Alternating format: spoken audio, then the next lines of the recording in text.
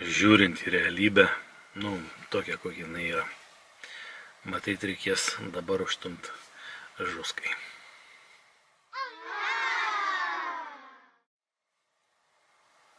Tie, kurie buvot gyvam susitikime, ten kada buvo pristatyti atitinkami dokumentai, keliais egzemplioriais, kurie atsižymėjot tik ant vieno, kurio nors iš lapų ir tik vieną kartą.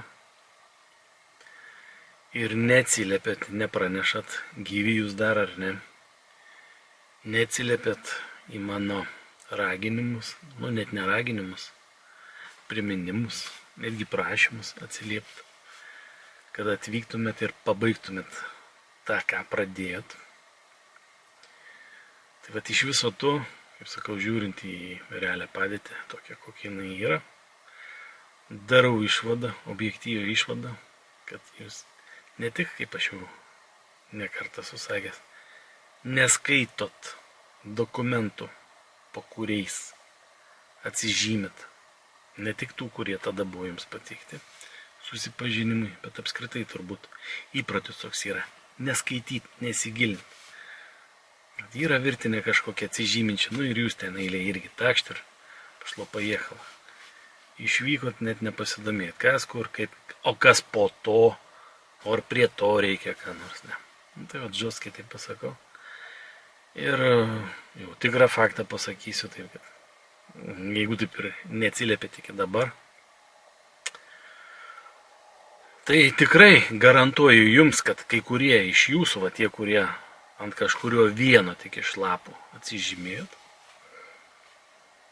jūs taip ir neįeisit į taip vadinamą istoriją, į kokią nors faktų aprašą, ale metraščio įrašus, ar dar kaip nors susiję su tais dokumentais, kurie buvo jums pristatyti.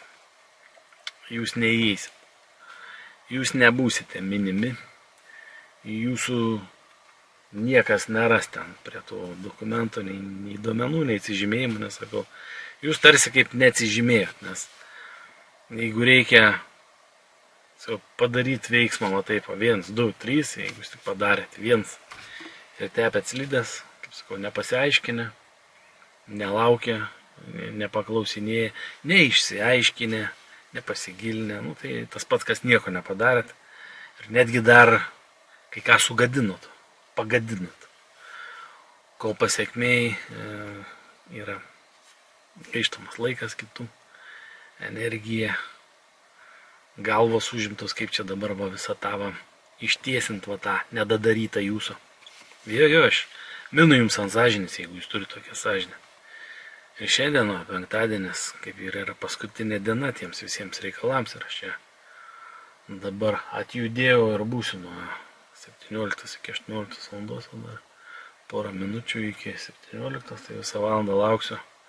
Kai kas net paskambino, pasakė, kad atvyks, tai tikiuosi, kad atvyks iš naujų žmonių, kurie susidomėjo. O va jūs, kurie temai jau anksčiau ir netgi tada buvot atvažiavę ir nebeatsiliepėt, tai nežinau, patys savo apetitus susigalvokit. Aš čia nepiktai, aš čia konstatuoju faktą. Tai vat kažkaip apie tai norėsiu taip ir pasakyti, tiesiai šviesiai. Aš norėjau žvelgiant į akis, gal dar bus proga, bet kol kas žvelgiant į objektyvą ir iš anapus ekraną, jūs žiūrinčius į tą ekraną. Chutzpa, sarmata.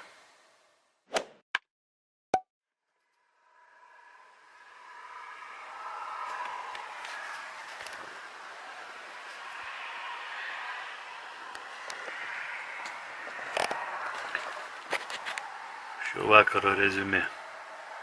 Neatvyko nei vienas. Niekas nepasirodė. Nei iš parašiusių, nei iš neparašiusių. Nei iš senųjų jau žinančių apie reikalą, nei iš naujokų. Nu ką, jūsų reikalas. Aš padariau viską, ką galėjau. Bet mano širdis minkšta. Ir aš neieškau dirbtinių galimybių apkaltinti ką nors ir gilinti kažkokius nesutarimus, eskaluojant reikalą.